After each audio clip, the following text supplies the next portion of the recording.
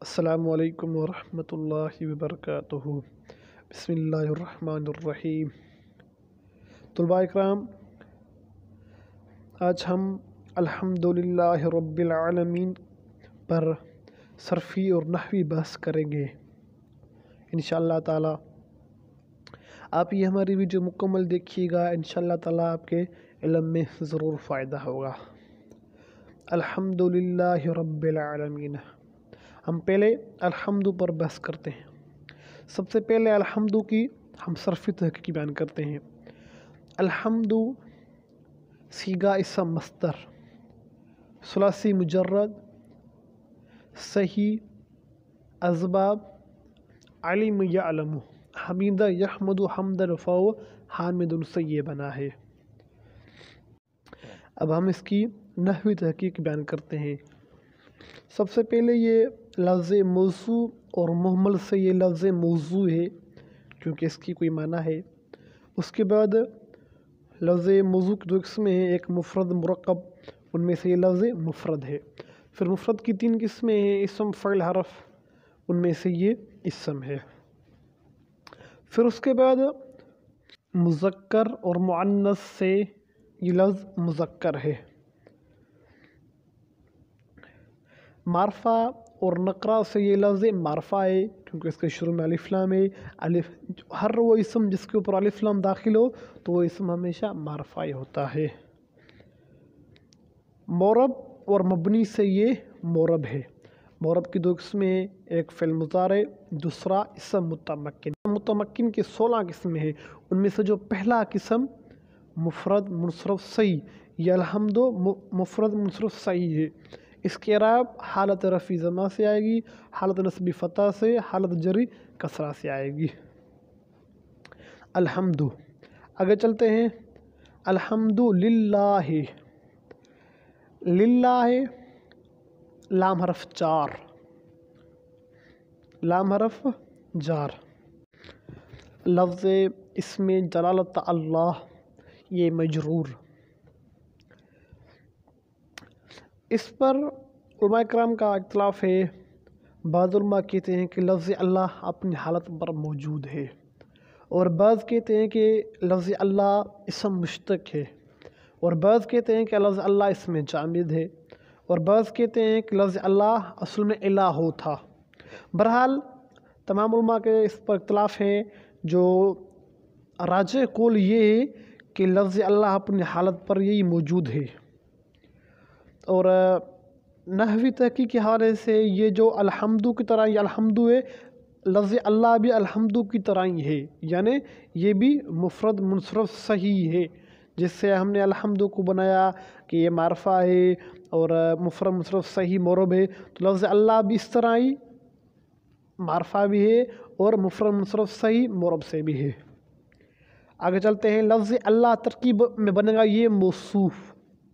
آپ ایک قاعدہ ذہن نشین کر لیجئے کہ دو اسم یا تین اسم معرفہ اکٹھے آ جائیں، 3 یا 4 یا 5 اسم معرفہ ایک ساتھ میں آ جائیں تو پہلے معرفہ کو بناؤ آپ موصوف، باقی تمام معرفات کو آپ اس کی صفت بناؤ۔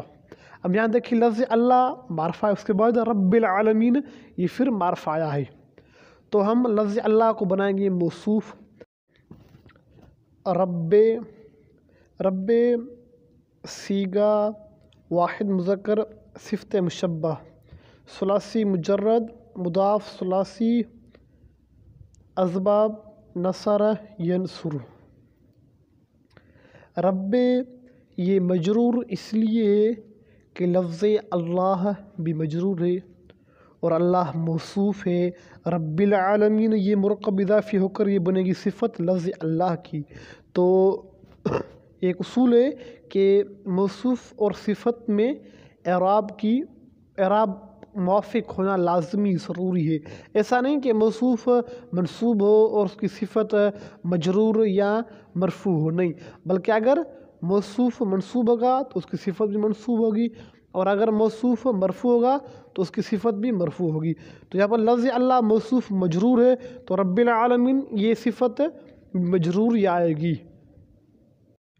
اور رب کی نحوی تحقیق اس طرح بیان ہوگی کہ یہ لفظ مفرد اور مرکب سے یہ لفظ مفرد ہے۔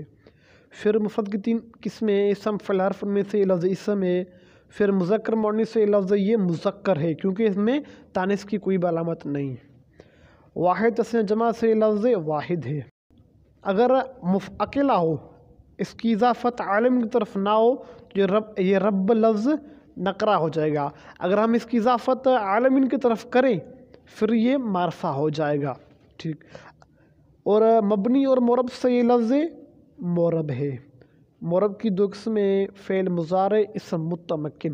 ان میں سے جو پہلا قسم ہے مفرد منصرف صحیح، تو ربی مفرد منصرف صحیح ہے۔